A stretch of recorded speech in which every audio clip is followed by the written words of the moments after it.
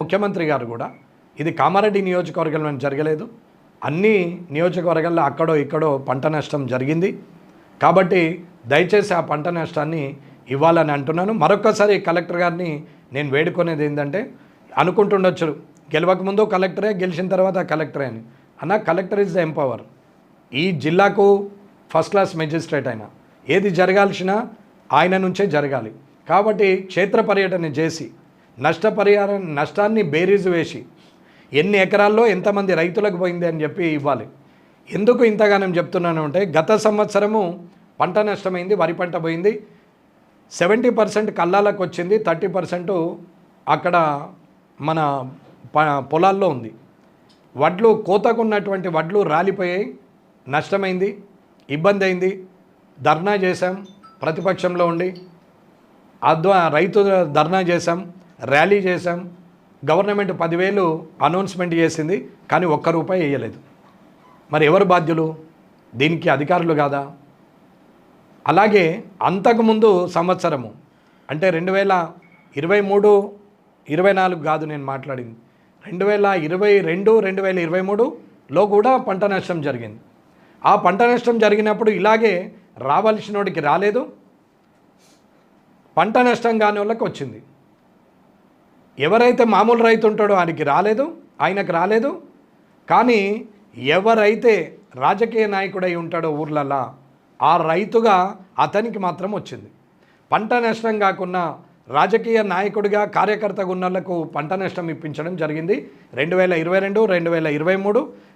నేను ఖచ్చితంగా నా దగ్గర ప్రూఫ్లోనే నేను ఇప్పుడు కూడా చూపిస్తాను.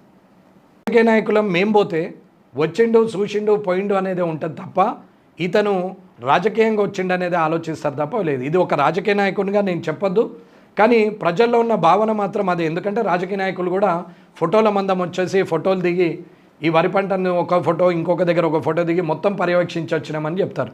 అలా నర్సన్నపల్లి గ్రామంలో ఇంత పోయింది, పలాని గొట్టిముక్కల గ్రామంలో ఇంత పోయింది, పలాని బంజర్ల ప్రాంతంలో ఇంత పోయింది, పలాని సంగమేశ్వర్ గ్రామంలో ఇంత పోయింది అని కనీసం గ్రామాల వారిగానైనా చెప్పాలి కదా. ఇంతమంది రైతులు, ఇన్ని ఎకరాలు, ఇంత పంట పోయిందనేది అయితే చెప్పాలి కదా. అది కూడా చెప్పకుండా ఎలక్షన్ కోడ్ ఉందని చెప్పి మీరేదో అని అంటే ఎట్లా అవుతుంది?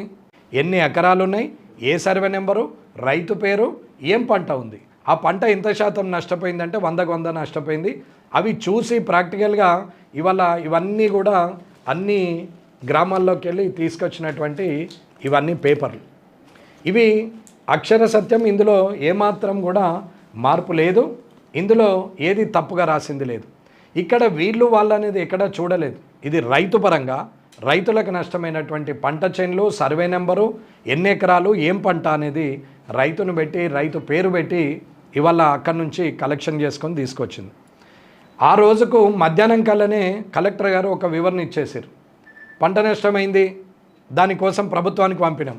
అది కనీసం ఎన్ని ఎకరాలైంది, ఎంతమంది రైతులు నష్టపోయారు, ఏ పంట ఎక్కడెక్కడ ఏరియాలో పోయింది అనేది డాటా కలెక్షన్ చేయమని చెప్పినాం. అగ్రికల్చర్ ఏడీఏ గారికి చెప్పడం జరిగింది. అగ్రికల్చర్ ఏడీఏ గారు ఏమంటారంటే, అట్లా ఇవ్వడం కుదరదు సార్, ఇప్పుడు మేము ఓవరాల్గా ఇస్తాము, తర్వాత సర్వే చేస్తామని అంటారు.